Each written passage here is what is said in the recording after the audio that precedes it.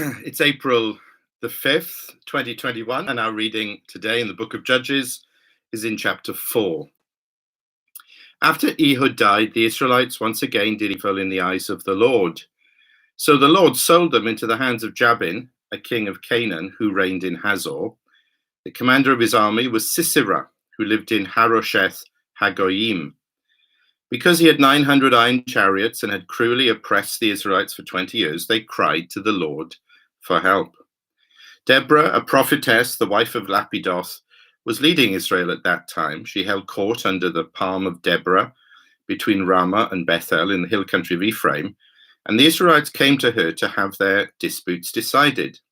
She sent for Barak, son of Abinoam, from Kedesh in Naphtali, and said to him, "The Lord, the God of Israel, commands you, go take with you 10,000 men of Naphtali and Zebulun, and lead the way to Mount Tabor.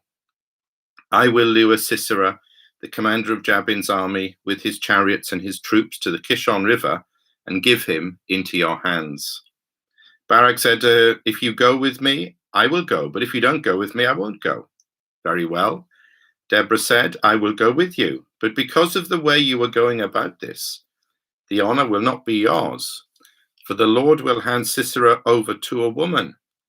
So Deborah went with Barak to Kedesh, where he summoned Zebulun and Naphtali.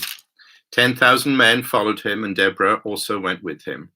Now Heber, the Kenite, had left the other Kenites, the descendants of Hobab, Moses' brother-in-law, and pitched his tent by the great tree in Zar and Anim near Kedesh. When they told Sisera that Barak, son of Abinoam, had gone up to Mount Tabor, Sisera gathered together his 900 iron chariots and all the men with him from Harosheth Hagoyim to the Kishon River. Then Deborah said to Barak, "Go, this is the day the Lord has given Sisera into your hands. Has not the Lord gone ahead of you?" So Barak went down Mount Tabor, followed by 10,000 men. At Barak's advance, the Lord routed Sisera and all his chariots and army by the sword, and Sisera abandoned his chariot and fled on foot. But Barak pursued the chariots and army as far as Harosheth Hagoyim. All the troops of Sisera fell by the sword, not a man was left. Sisera, however, fled on foot to the tent of Jael, the wife of Heber the Kenite, because there were friendly relations between Jabin, king of Hazor, and the clan of Heber the Kenite. Jael went out to meet Sisera and said to him, "Come, my lord, come right in, don't be afraid." So he entered her tent, and she put a covering over him. "I'm thirsty," he said. "Please give me some water." She opened a skin of milk, gave him a drink, and covered him up. "Stand in the doorway of the tent," he told her.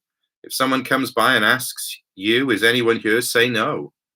But Jael, Heber's wife, picked up a tent peg and a hammer and went quietly to him while he lay fast asleep, exhausted. She drove the peg through his temple into the ground, and he died. Barak came by in pursuit of Sisera, and Jael went out to meet him. "Come," she said, "I will show you the man you're looking for." So he went in with her, and there lay Sisera with the tent peg through his temple, dead. On that day, God subdued Jabin, the Canaanite king, before the Israelites, and the hand of the Israelites grew stronger and stronger against Jabin, the Canaanite king, until they destroyed him. Amen. Well, we might be thinking to ourselves, here we go again. The Israelites doing evil, the Lord giving them over to their enemies, particularly now this man Jabin and his military leader Sisera. And then verse 4, a judge is raised up again to help the people of God. There is a surprise here. None of that is particularly surprising. We've seen all that before.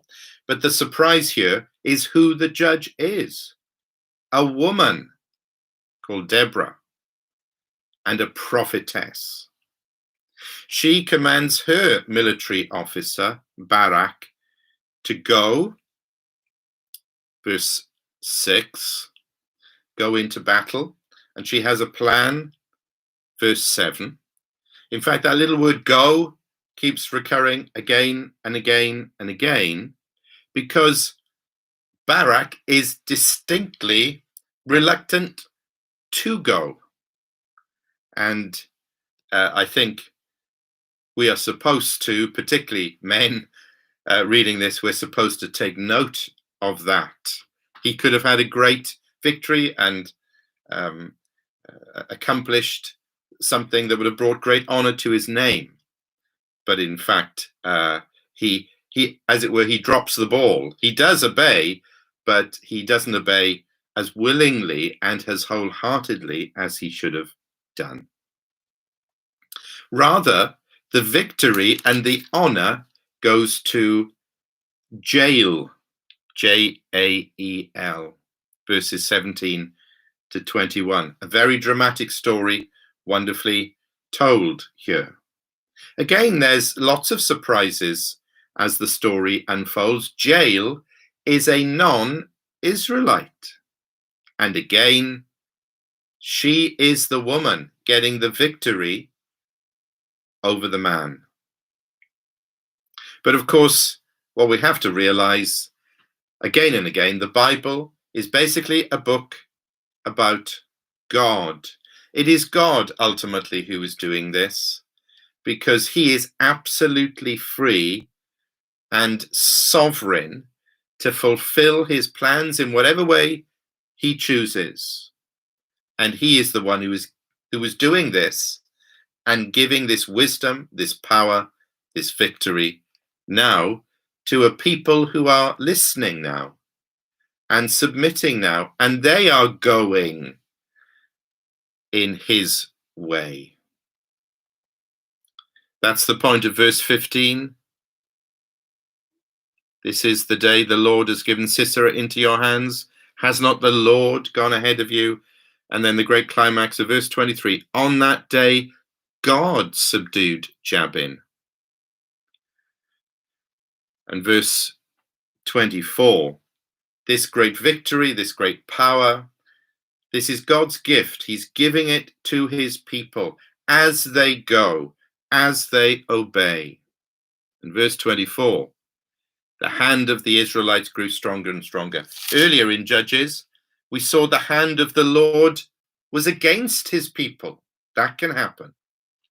But this is a good day. This is a memorable day. This is a sort of a revival day in the fortunes of the people of God. And so the hand of the Israelites grew stronger and stronger. This is still the way, basically, that it works today. God says, go. The risen Lord says, go to his church. Matthew 28, verse 19. Therefore, go and make disciples of all nations. Go, that in itself is a command. And then obey the commands that go with that. They're there in Matthew 28. Go, make disciples, teach them to obey, and so on, and so on. And then this is the blessing, and this is the victory. And the more we do it, the more we'll get. And it's all summed up at the end of Matthew 28, verse 20 and verse 20b. And surely I am with you always to the very end of the age.